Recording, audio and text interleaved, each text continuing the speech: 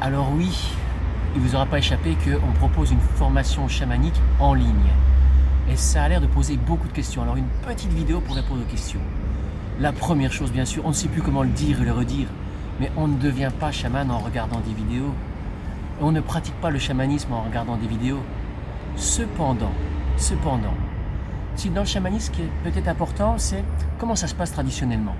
Traditionnellement, on dit qu'il y a deux sortes d'enseignement, l'enseignement vertical et l'enseignement horizontal. L'enseignement vertical, c'est comment je suis inspiré par les esprits. C'est une chose, mais pour ça, c'est un long apprentissage, très long apprentissage. Le deuxième enseignement qui va de pair, les deux sont nécessaires absolument au même niveau. Le deuxième enseignement, c'est l'enseignement horizontal. C'est l'enseignement avec des chamans, avec une tradition, avec des formateurs, voilà. C'est au sein, avec les humains. Dans ce cadre-là, comment ça se passe traditionnellement? Eh bien, je fais du compagnonnage, je deviens apprenti d'un chaman pendant des années. L'autre chose importante, c'est ce qui va être l'enseignement oral. Et cet enseignement oral, c'est les contes, c'est les histoires, c'est plein d'enseignements. Et c'est dans ce cadre-là que, actuellement, nous, notre proposition, dans cet enseignement horizontal, avoir des informations, avoir des enseignements, avoir des propositions de pratique au niveau horizontal, que ce soit avec le chaman en direct, que ce soit dans un livre, que ce soit dans une vidéo, ça ne remplace pas, mais ça permet de commencer à poser des bases saines. La comparaison peut-être c'est dans la musique.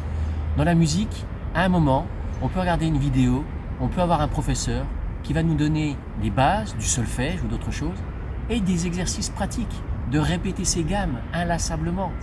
Eh bien, c'est dans ce cadre-là que notre proposition existe, de faire ces gammes sous la direction ou sous la supervision de chamans que vous revoyez régulièrement dans des vidéos et dans des webinaires pour répondre aux questions. Voilà dans quel cadre on propose cette formation. Et puis, l'autre chose, c'est important aussi, c'est que le chaman s'est toujours adapté avec les outils d'aujourd'hui. Ça n'existe pas du chamanisme tout seul dans son coin, sinon c'est du folklore. Si on reste avec ce qui était avant, c'est du folklore. Il a toujours fallu s'adapter avec les outils du moment, avec les questions, avec les besoins du moment, puisque c'est le rôle même du chaman d'être entre les humains, la civilisation et la nature, les esprits. Et pour que ça puisse communiquer entre les deux, eh bien sûr, il faut que le chaman soit entre les deux, avec les outils d'aujourd'hui, pour les humains d'aujourd'hui.